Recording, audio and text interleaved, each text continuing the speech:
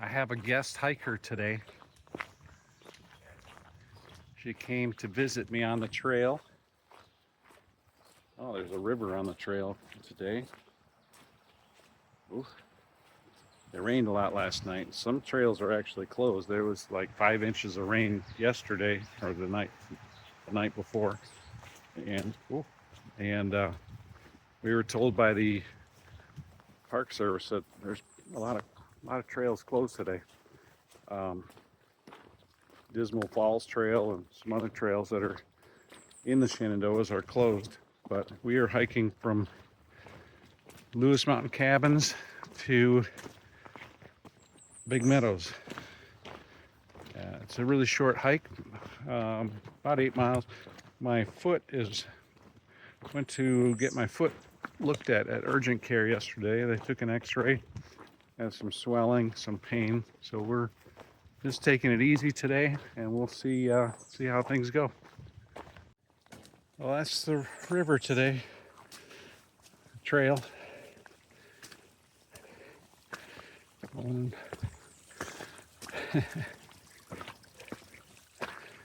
My shoes are wet. My feet are wet. That spring was right there. Now it's going to dry out. I think it's going to be a sunny day most of the day. Right now we're just in the clouds, going through the wet, humid cloud layer. Yeah, maybe we'll get above that. Shenandoahs you don't climb as much as in the earlier parts of the trail, which is kind of nice. But it means you're not going to get above this cloud layer probably. Maybe it'll burn off later.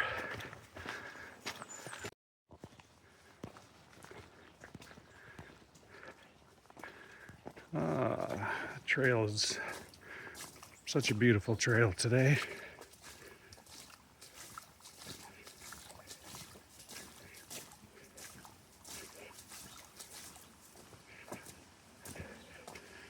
Nice and cool on my feet.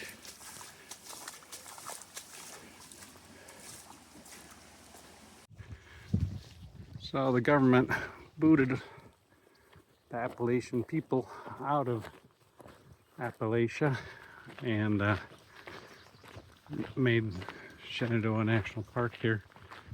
But they still let people, some of these are pretty recent tombstones.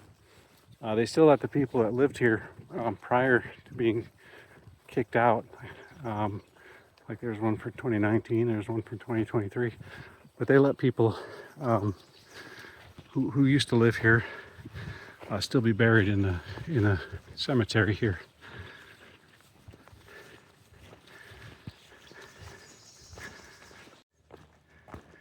Here's the Appalachian Trail. Actually, right here is a really nice section of the Appalachian Trail. For some reason, there's an outlet in the middle of the woods here. Don't know why. It's kind of like the Lion, the Witch, and the Wardrobe. That would be the lantern out in the woods, I guess.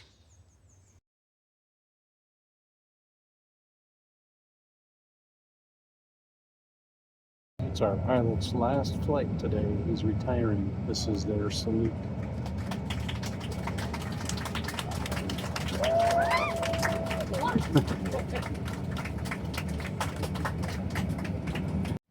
I was at Blee's Rockfish Retreat. We had dinner last night and just had breakfast on the deck. Now I'm gonna shower. So I'm back on trail, and one thing you gotta remember is the poison ivy. I come walking around this tree, and luckily I'm wearing a long sleeve shirt because I brushed my elbow right along that. So anyway, I'm back on trail. If you didn't know, I sprained my foot. My wife was visiting, and coincidentally I sprained my foot like a couple days before. I'd been walking on it, it had been getting worse, and so she brought me to the Medi Center, and they took an x-ray. The x-ray showed that I didn't have a broken foot, didn't have a stress fracture, didn't have anything like that. It was just a sprained foot. So that was about exactly 1 month ago. They told me I needed 3 or 4 weeks of rest off my foot. So it's 4 weeks exactly.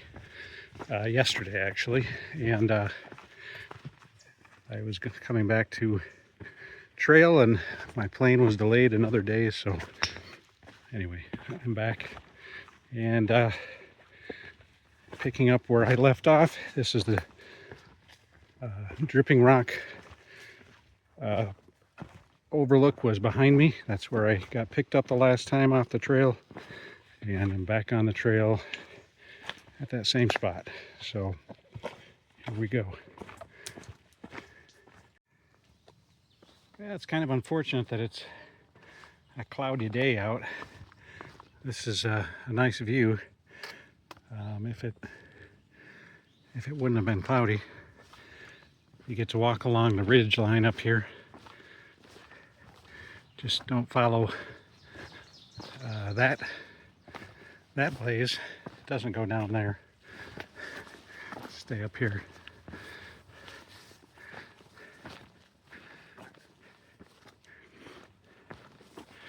So this is just past the Three Ridges section of the trail, which is, oh, I don't know, pretty brutal. Rocky and pointy rocks and a lot of uphills and trees down. And anyway, this is actually pretty nice.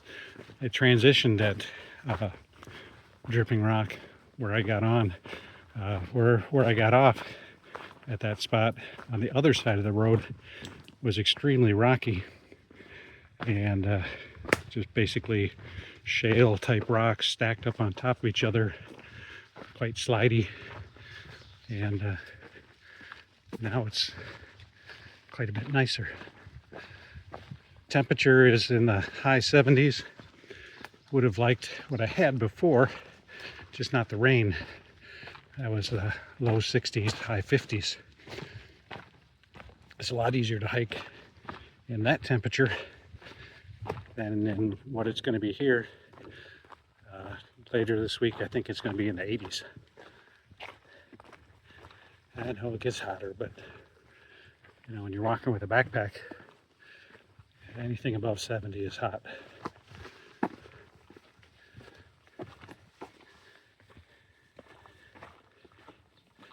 Anyway, back to the trail.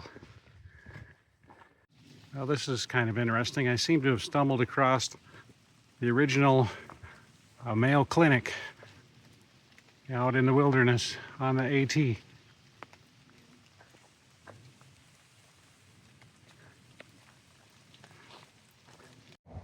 I'm just about to enter Shenandoah National Park, and there's a popcorn stand there with gourmet popcorn and Diet Coke. So I had a Diet Coke, got some popcorn.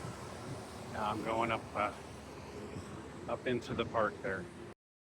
Back in the day when everything was all triplicates and paper and carbon copies and all that, this is where you would drop your first copy of your registration form, and then when you get to the north end of the park, you drop off the second page of the registration form to complete your journey.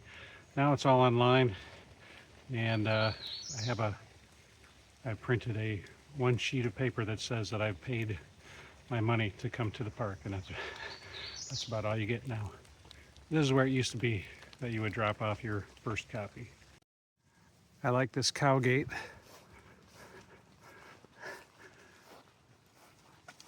What you do is you climb over that and to the other side and continue on the trail. The other option is to just walk around it I don't know, would you say that I've skipped part of the trail now?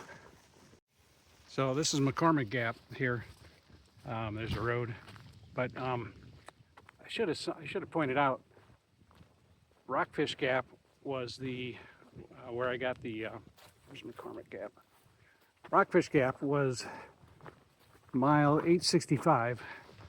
That was where I got my popcorn, and I was so excited about my popcorn and Diet Coke that I totally forgot to mention that I am now past the Hurricane Helene closure, because originally when they closed the trail this past fall, it was closed from Amicalola Falls all the way to Rockfish Gap.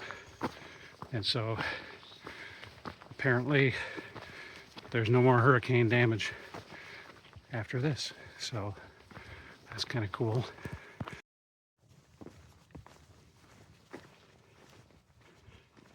What kind of secret CIA radio transmission tower is this? It's still functional.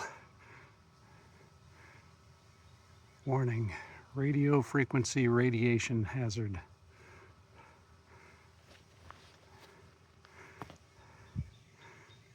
It's got plenty of gas.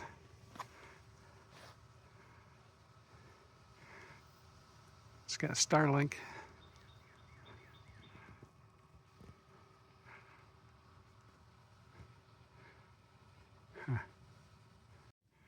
So it's not raining.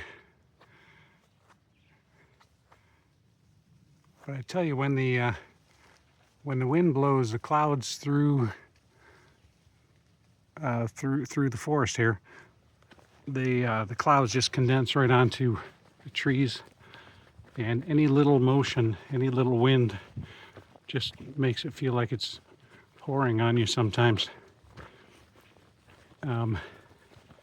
One thing about the Shenandoah, at least large sections of the Shenandoah, there's people that take really good care of it. Like this has been weed whacked. I met the guy weed whacking it a couple of years ago, and he went, I think he said he went 5 miles on the left side and turned around and came back, did the 5 miles back going the other direction. But put a lot of effort into keeping this trail clean. I just came past an elderly gentleman. I swear he was 80, and he was digging ditches for rain runoff so that when large amounts of rain happen, it doesn't erode the trail away. Here's something that you see a lot on people's videos. Another one of them CIA radio towers. But even cooler, you have the benches. Yeah, it seems like it's made for a prayer meeting or something. We're missing a chair. Somebody got to bring a new chair out. That is a brand new chair there, the red one. So somebody's maintaining this. Looks like an organist and a preacher, and the congregation sits out here.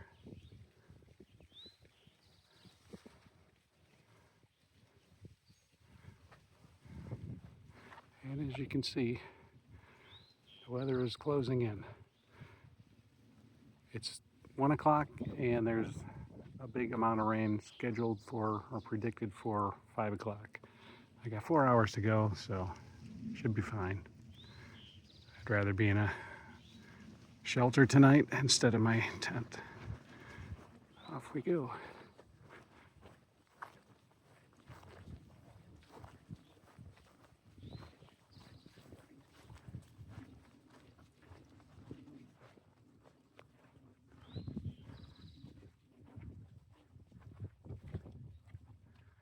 I really do wonder what that is.